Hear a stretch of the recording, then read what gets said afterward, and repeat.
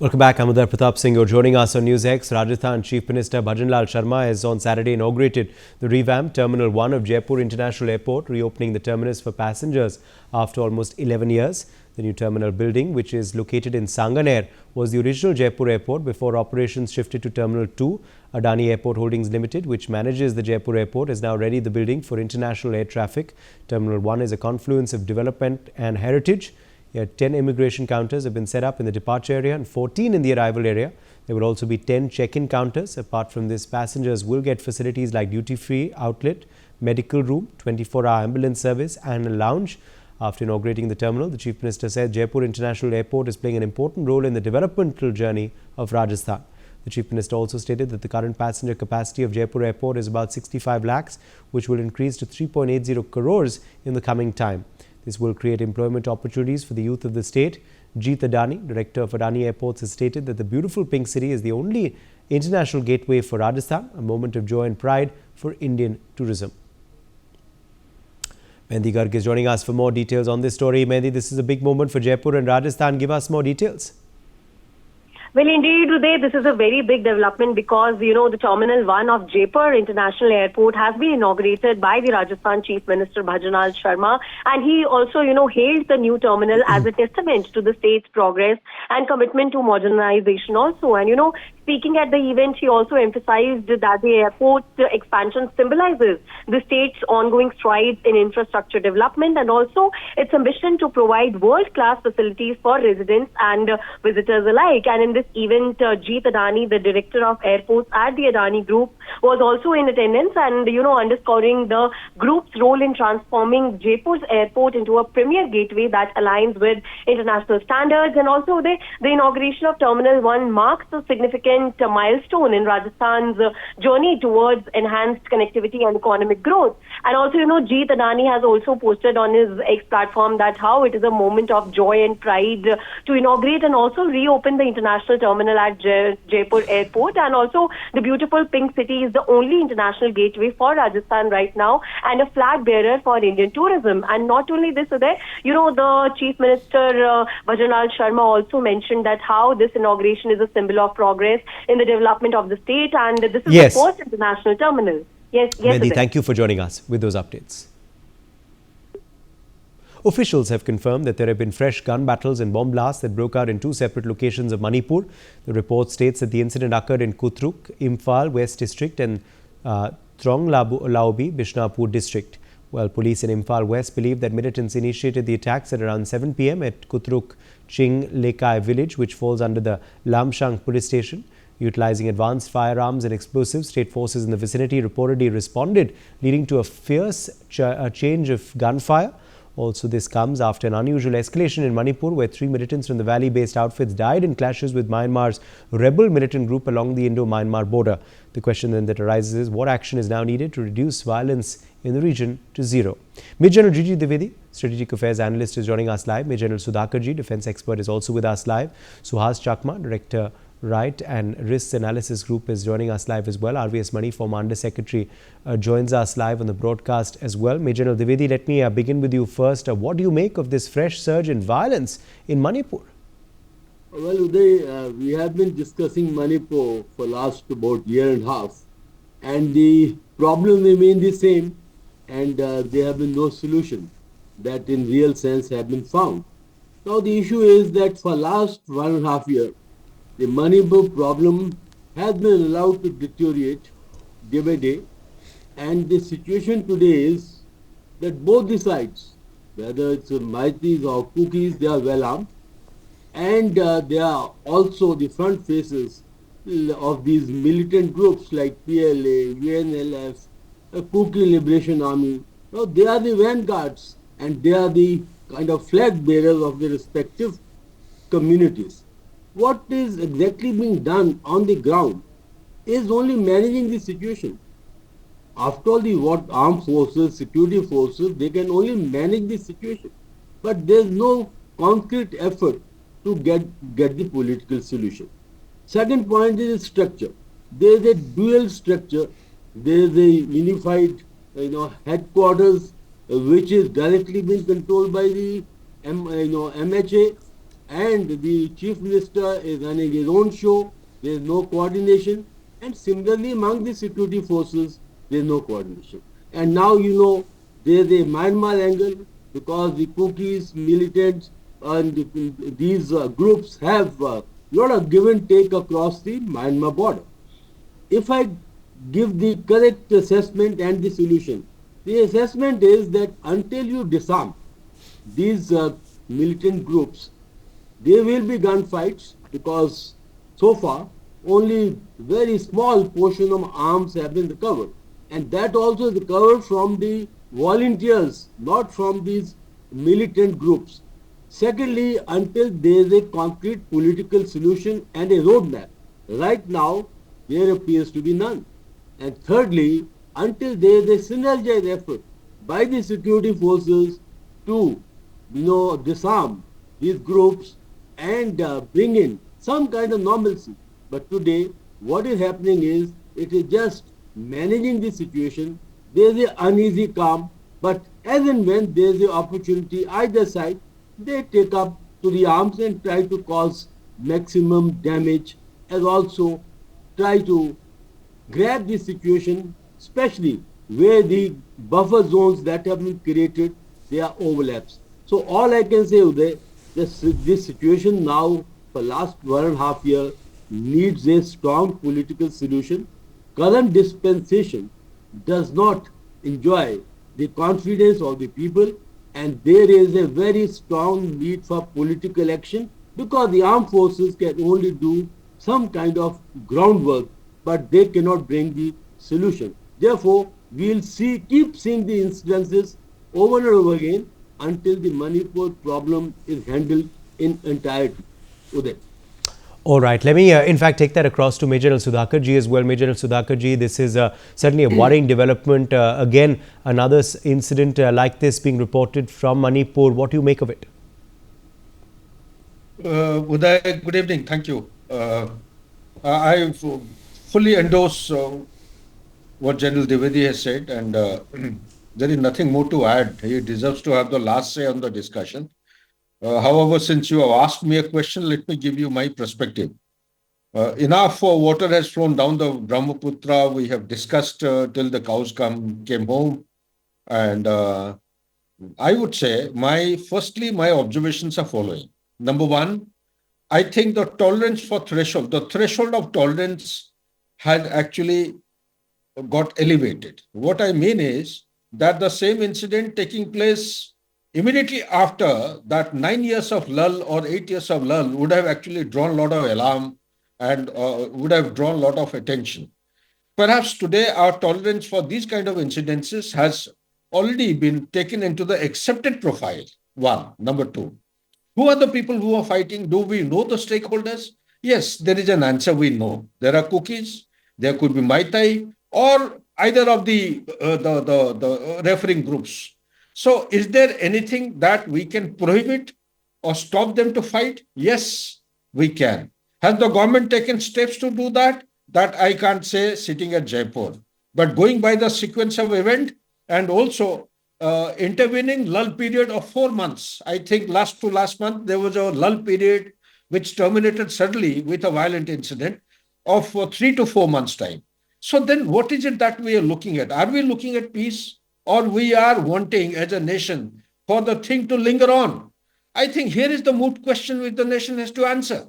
Perhaps we have not been able to take it seriously and we don't want the issue to finish. That is what I am coming to. So linked to this particular question, Uday, if you allow me one more minute, there are a couple of issues we need to. When you talk about the fencing has started, it's taking off in fits and starts. I don't know the progress. Now, fencing also is being opposed. Last week, there was some message, some information which came. The cookies are opposing. Nobody, regardless of who's opposing, the government of India has to take a firm decision in going into actually complete the fencing. Not only that 390 or 400 kilometers, the entire stretch of 1640 has to be fenced. I don't say that every inch and micromillimeter has to be fenced. We need to study the ground. There are some stretches which could be kept under surveillance. Some stretches have to be fenced, double fenced. Such kind of measure has to be taken. Second point is the freedom of movement, that regime, FMR. 16 kilometers. It has to stop. There is a bigger plan. I am saying this time and again, there is a bigger plan which is not catching the attention of the people. There are multiple stakeholders, namely the China and America are playing a strategic rivalry. Not now, it started long time back in 60s. Soon we realize better it is. And third and most important, the president of Myanmar, Thein Sein, in 2006, he took the U-turn. There was a turnaround of the approach of Myanmar. Till then, they were actually pro-China. 2006, since then, there is a paper which is written, top secret document. I keep referring to that. Everything happening on ground today in Myanmar is a direct reflection of what is given in that document. Whatever happens in Myanmar, the corresponding impact is going to be there in Manipur. Last but not the least, but allow me one more point. Are we serious about it to find a solution? No. If you are serious, then following things need to be done. The unified headquarters, which my instructor, my DS himself has been our GOC there, it has to be there. It has to have meaningful and substantive accountability. The military highest commander available in the proximity should be made accountable. Number two, has the suspension of order, has it been revoked? I really don't know. The open media is not talking much about it. If it has not been revoked, there is a need to revisit because the stakeholders appear to be in the warring factions. Third point, are you serious about carrying out combing operation and 8,000 odd weapons which have been looted and also illegally migrated or brought from Myanmar and across from Ryuli, that is in China in Yunnan province? There is a need to carry out confiscation and need to carry out some kind of a sanitization of operation so that these maximum weapons are actually secured, they are brought back into the armory and some kind of domination is carried out. Last but not the least, the legal point, long-term solution has to be looked at, not a short-term one. We need to actually look for a compatibility or amicable solution. It could be in terms of, bringing in the Schedule 6 as it has been applied in other states in Northeast. If it is not working out, some kind of autonomous status could be considered. And we need to take the people out of the negative spiral into the positivity. Only then such kind of incidences can be addressed in a wholeful manner. Back to you, Uday. Okay, let me quickly, in fact, take that across to Suhas Chakma as well. Suhas Chakma, 2 explosions being reported, exchange of gunfire as well. Very concerning development. What do you make of it? I think it should not surprise us at all. I mean, if there are conflicts in Manipur, it should not be surprising at all because no measures have been taken. So whenever there is a lull, we believe, and the government of India possibly believes that they have resolved the problem. But this is nowhere being resolved because at the end of the day, the warring parties, which is the cookies and the Métis, they are not still in talking terms in terms of finding out the solution. And the government also has not shown necessary seriousness to resolve this problem. So it continues, and next 1 week possibly we will not have any reports. But 15 days later, it will again come back. But this has been the story for the last 1 year. It's 1.5 years. It's extremely unfortunate. So I am not surprised. Rather, I am surprised when these incidents do not take place. So this incident will continue to take place because down the line, whatever problems we have discussed in the last 1.5 years, they are known. It's just that there is nobody to take any action. And unless it leads to a massive killing from this side or that side, it remains in the news for a couple of days, then it's back to normalcy kind of a thing, as if it doesn't matter. So we have almost become extremely insensitive to whatever happens in Manipur, and that's really scary in some way. Okay. RBS Mani, who is behind this spurt in violence in Manipur? Is it the same actors involved earlier? Is it new actors this time around? And what do we make of this fresh spurt and who is causing it? Basically, certain developments happened. India, China trying to talk peace. I don't know what is going to be a resultant. You see the timeline immediately after that is certain. See, PAC presence has also been reported and certain other things. So whether it is the Chinese angle or it is as my previous speaker, General Sudhakar said, US, China partnership or hostilities, whatever it is, the impact is falling on Manipur. Whether it is out of the 2006 document he referred above, it's there in the intelligence, with our intelligence people. There are a lot of hostilities towards India arising, enlisted in the, it is as like an agenda, as an action point they are there. And that is also one of the impact, both in Manipur, it may also spill over to Mizoram. That is one very, very important. So that is the reason, having said that, General Dwivedi and General Sudhakar have already explained what it needs to be done. I would right to say that now this is the time, we cannot linger on, this is the time for resolute action, and the resolute action should start immediately. Suspension of FMR, free movement. Number 2, start the border fencing and the border floodlighting, the border surveillance has to be escalated. The pace has to be escalated. It's a medium-term plan. But the immediate plan of action is disarm the thing. It is not difficult for the Manipur police in conjunction with the other security forces to raid people. See, let us forget about human rights. It's a question of survival. It is the security and integrity of the nation. So immediately get into action. Disarm, whatever may be the methodology used, take out all the arms out of the hands of the militants and the cookies or mighties or whoever it is. No private arms. NewsX, fine, I'll also try. Nobody will come out. No private army should have any arms. That should be the starting point. So after that, take steps which are on a long sustaining manner, like the border fencing, the border surveillance, the border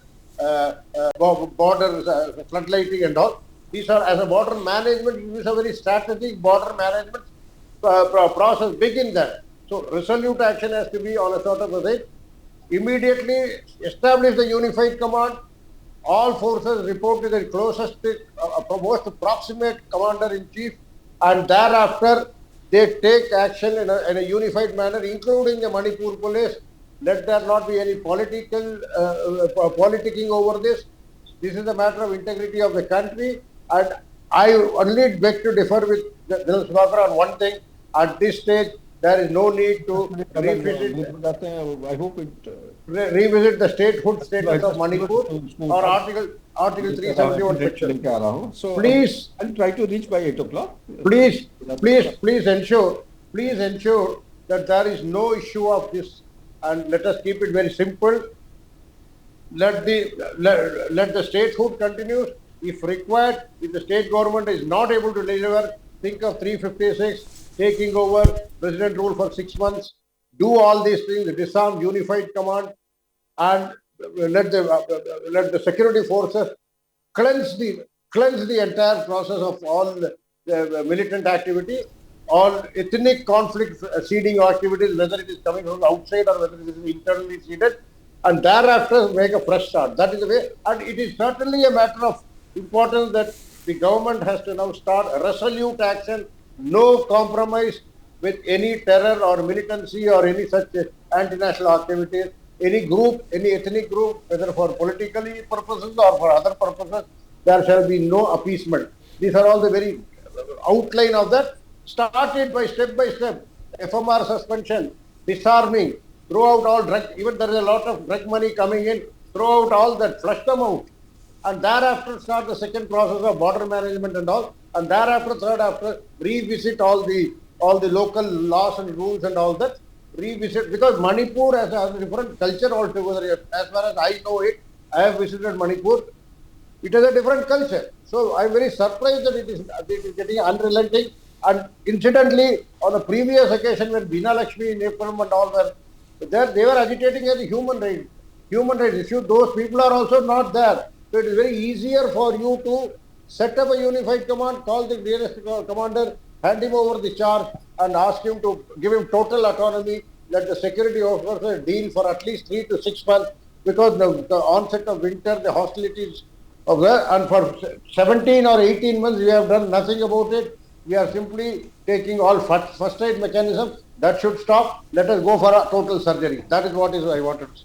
All right. Let me, in fact, quickly take that to Major General Dwivedi now. Major General Dwivedi, what are the immediate what should be the immediate action plan? What should be the immediate steps taken to ensure that the situation improves, to ensure that this latest spurt in violence comes to an end that Manipur once again is witnessing? Well, Uday, I think all the co-panelists we are on the same page that it's time that we stop the firefighting actions. We get the Manipur issue from the back burner right into the forefront. And in this, there are two spectrums that need to go simultaneously. First is the internal dimension, because they are more important, because once the internal dimensions are sorted out, external issues will automatically take care.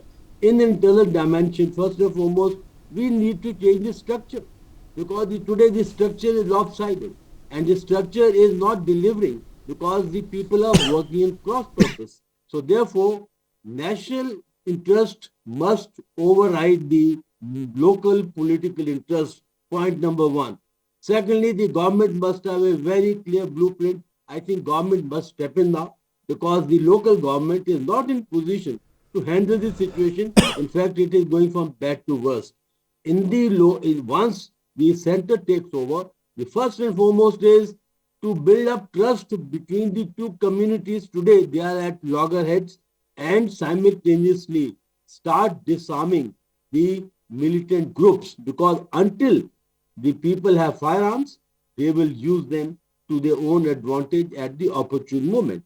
The third point is that we need to bring in the legal actions, like assure the Kurdis that for time being there's no need to bring in Schedule 6 and bridge the environment. Fourth point is that there's a great deal of disappointment, disillusionment, because the economic issues of Manipur have been actually not addressed, and a lot of unrest among the young people is there. Along with that, the external action. Naturally, we need to insulate Manipur because it is vulnerable both from Bangladesh side as also from the Myanmar side. And in both the countries, China has a huge footprint, and that footprint is getting stronger day by day. At the same time, we need to also take care of the arms smuggling, the drug smuggling, all that is going on. But the start point is center must now come in, and no more wasting our time, no more firefighting. We must get the solutions going. Only then we can handle Manipur. Otherwise, periodically, this violence will escalate. The external forces will take advantage, and we will have a very serious situation in the northeast as a whole. Uday. Take that to Major General Sudhakarji. Your quick closing word on the way ahead, on the road ahead for Manipur. Nation has to decide, are we serious about Manipur or we are doing only lip service? One. Based on that decision, the subsequent follow-up actions to take a roadmap of short-term, medium-term, long-term approach. In the short term, whenever a violent activity like the one we are discussing today takes place, the remedial measure has to be adopted by the security apparatus. Firstly, to mitigate the losses. Second, to take such preventive measures so that they do not recur.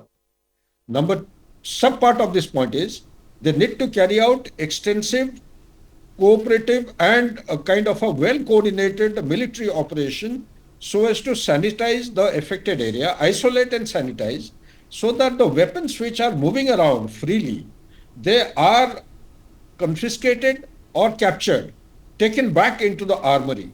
If you don't do this, I don't think we'll be able to succeed in this. Along with that, there is a legal action which needs to be taken. I am told a couple of days back, a lot of effort has been made. Some peace committee movement has taken place by the political dispensation. How much of inroad they have made, I really can't comment. There is a representative from Kuki, one from Maitai and one from Naga. Well, if things are moving in that manner, then there is a requirement to carry out a psychological dissemination of the information based on the actions being taken, has to actually be ensured so that the public is kept informed. Last but not the least, do not lose sight of the bigger picture. India is what it is internally being driven, as also externally controlled. Externally, when we say India is looking at Act East policy for future successful golden objective we are heading at or aiming at. That objective we are looking at is 30 trillion US dollar economy, and that can happen provided we actually look left and right. What was look east earlier has to be act east now, complete the project, connect with the Southeast Asia, carry out the trade on ground by maritime, also be mindful of what is happening around. This thaw with China is a big, big warning. It's, I would say, the whole nation must take a wake-up call. Yes. And let's celebrate. There are many dangers, many issues which are fraught, lots of loopholes. Last and not the least is that NewsX is a very important and international channel.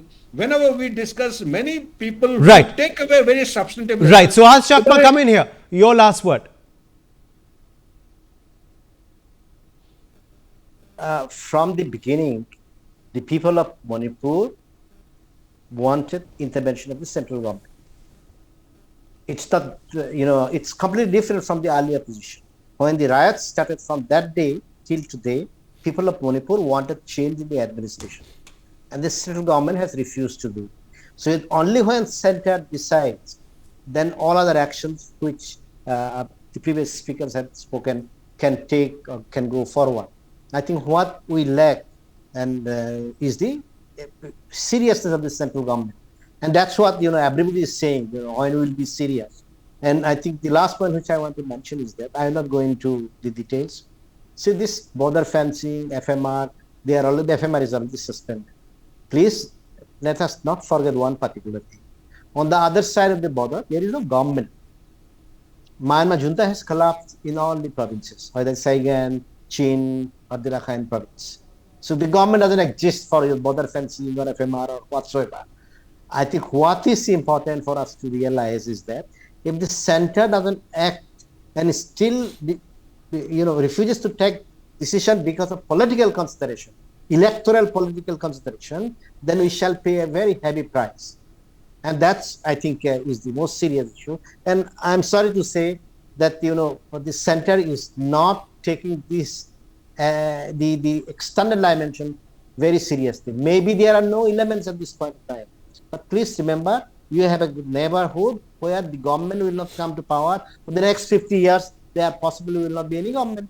They will be in conflict situation. So a failed state next door, what do you do? So that's the situation, I think, why center has to come. All right. My thanks to all of our guests for joining us on this discussion. It's time for a very short break. For more such videos, subscribe to the NewsX YouTube channel, hit the bell icon.